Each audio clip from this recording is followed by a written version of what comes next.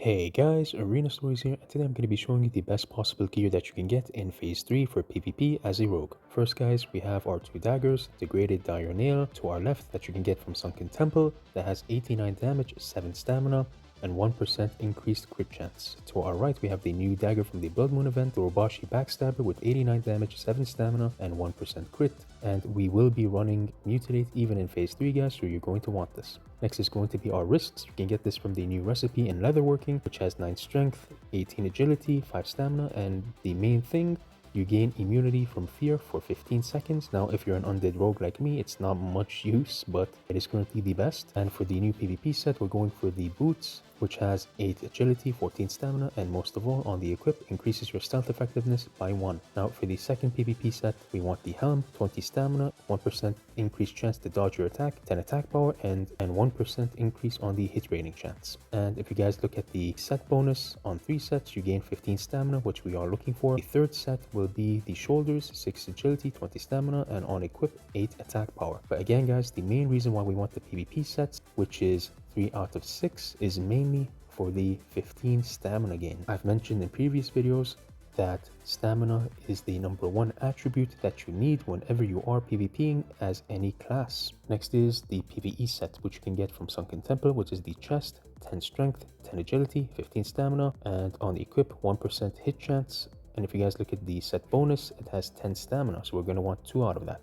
Next, on the PvE set, which you can also get from Sunken Temple, it has 5 agility, 13 stamina, 2% increased dodge on attacks, and of course we want the set bonus, 10 stamina, combined with the PvP set. That is an additional 25 stamina when you are PvPing, which is huge, guys. Next is our gloves, which you can find from Sunken Temple, 12 agility, 10 stamina, and on equip, 1% hit chance. Now, in PvP, guys, for those of you who do not know, you need a minimum hit cap of 5% on hit rating, or you are going to miss most of your attacks. So that is why we are stacking a lot of hit rating here. Next is going to be our waist, which you can get from Sunken Temple as well, 12 stamina, 36 attack power.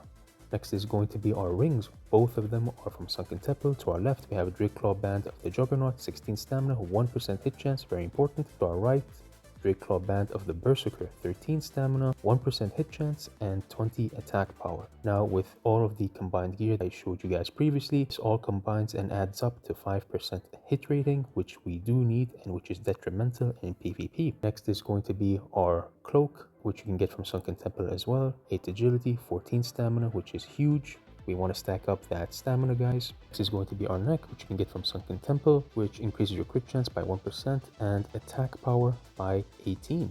Next is going to be our ranged weapon, which has 122 damage, 8 agility, and 22 ranged attack power. Now, this is BIS if you guys are going to be playing between the eyes to stun your target, which I highly recommend that you do. And I know there are a lot of people that do not play with it, which I highly do not recommend. If you guys just want to play with kidney shot, it is your choice. If you do have a specific playstyle, the only reason I am advocating for everyone to play with between the eyes and as well as kidney shot is because if you do get disarmed, for example, by a warrior, or if your target gets too far from you, you can use between the eyes and it can create up to possibly 600 to 650 damage if you have the right gear. And if you choose not to use it, you can just go in for a kidney shot. Instead of spending 35 energy on between the eyes, you can 25 energy on kidney shot if you do not need between the eyes. But it is always good to have both, guys. Next is going to be our trinkets. So the first trinket is going to be from Sunken Temple that increases your ranged and physical damage by 20. And to our right, we have the Greater Insignia of the Horde, the PvP trinket, in order to remove any stuns, fears, or any immobilizing effect. Now, that is it for the gear, guys. Now, I just really wanted to mention the new runes that is added in Phase 3 in case you missed it. The first one being Honor Amongst Thieves. If you crit on your target, you do gain 1 combo point, and Cut to the Chase, which basically increases your slice and dice. Now, guys, if I'm being quite honest, I'm a bit disappointed with the runes that we did get. The reason why I'm a bit disappointed is because other classes have gotten things that are way better. Like, for example, mages have gotten a 5-second stun from Deep Freeze, which is insane to me, guys, and they can actually use it 2 times in a row. If they are spec deep into Frost spec, they can use Cold Snap, then use a second Ice Barrier, and then they can use Deep Freeze again for half a stun. And if you do happen to trinket the first Deep Freeze, the second Deep Freeze will give the mage enough time to cast sheep and just stop you, which I think is insane. And again, I am a bit disappointed as a rogue main, these two ruins. What I would have preferred to see, to be honest guys, and I know it might have been a little bit overpowered, but in my opinion, if they nerfed it a bit, I think it would have been a bit fair if they gave rogues Cloaks of Shadows. Now, hear me out guys, I know most of you are going to say that Cloaks of Shadows is extremely overpowered, and I do agree with you on that, but I do think if Blizzard does nerf it in certain ways, like for example, Cloaks of Shadows was a GCD, and as well as nerf the effect that it gives you for being immune to spells for 5 seconds. Now what do I mean by that guys? So when you do use Cloaks of Shadows, you do not gain a 5-second immunity like you would in Wrath of the Lich King or other expansions.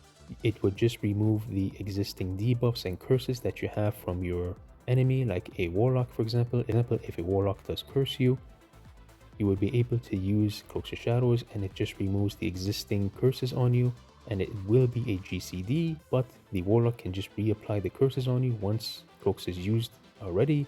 So 0.1 seconds after Cloaks is used, the Warlock can just dodge you again. Now, why do I think that is fair, guys?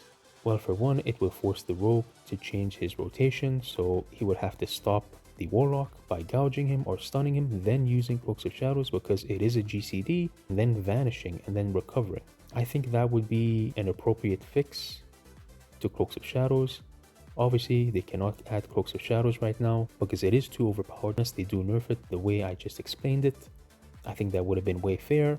You still feel that Rose kind of got screwed with the new ruins, guys. Again, don't get me wrong, Honor Amongst Thieves is great, but it is nothing exciting. Like if they added something like Killing Spree, for example, it would force rogues to play another spec. If we keep on playing Mutilate, it will get boring, guys, deeper into the season. I feel like Blizzard kinda has to change the dynamic and playstyle for rogues, and possibly adding Killing Spree, again, not making it a one-shot ability, will entice players to play something else other than just Mutilate or Backstab. Now, the last thing I wanted to talk about, guys, it is not 100% confirmed, but still could be added into Rogue Ruins, is Combat Potency and Focused Attacks. Now, Combat Potency has a 20% chance to give your offhand to give you 15 energy. And Focused Attacks has a chance to regen 2 energy on any attack you have, whether it's a normal melee attack or an ability attack. Which I do think that is quite nice, but again, nothing too exciting like a new ability. But yep, that was just my take on it, guys. If this video did help you in any way, do follow the Discord down below, leave a like, and as always, thanks for watching.